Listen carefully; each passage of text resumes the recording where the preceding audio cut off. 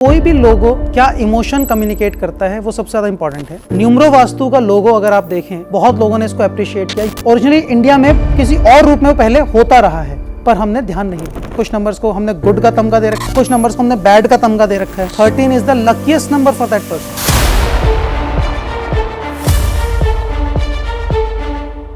Logos आपकी company का image convey करते हैं, लोगोज आपके बिजनेस को कम्युनिकेट करते हैं, फर्स्ट इंप्रेशन क्रिएट करते हैं।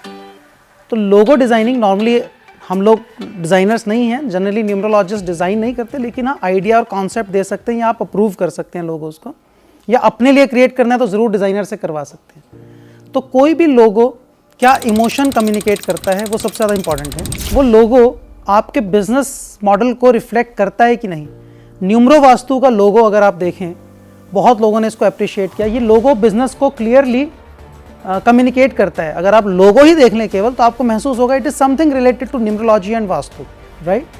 तो उस लोगो के अंदर जो डायरेक्ट बेनिफिशियरी है उसके लकी या उसके फेवरेबल कलर्स का यूज़, अगर आप कलर्स पूछेंगे तो obviously it has to be your favourable colours only. आपके फेवरेबल कलर्स का ही यूज़ होना चाहिए। उसमें जो स्ट्रोक्स आप लगा रहे हैं, उसमें जो भी आप शेप्स ले रहे हैं, वो आपके फेवरेबल नंबर्स के कॉरस्पॉन्डिंग ही होनी चाहिए। ये बेसिक चीज़ें हैं। इसके अलावा एक वेस्टर्न वर्ल्ड से एक बहुत सुंदर कॉन्सेप्ट चला जो बहुत पॉपुलर हुआ, मेनली बहुत अच्छे डिज़ाइनर्स ने उसको यूटिलाइज़ किया, और ऑफ लेट अब इंडिया में बहुत लोग कर रहे हैं उसको। और ओरिजिनली इंडिया में किसी और रूप में वो पहले होता रहा है, पर हमने ध्यान नहीं दिया। That is usages of powerful symbols. तो बहुत सारे सिंबल्स आप नेट पे देखेंगे जो क्रिश्चियनिटी से रिलेटेड सिंबल्स हैं, उनका यूज़ किया गया इस लोगो डिज़ाइनिंग में। यहाँ पे फिश शेप के सिंबल आपको दिखेंगे, और वही सिंबल जैसे डब्ल्यू में, वॉलमार्ट में है इस तरह का, ये इस तरह के सिंबल बनाए गए।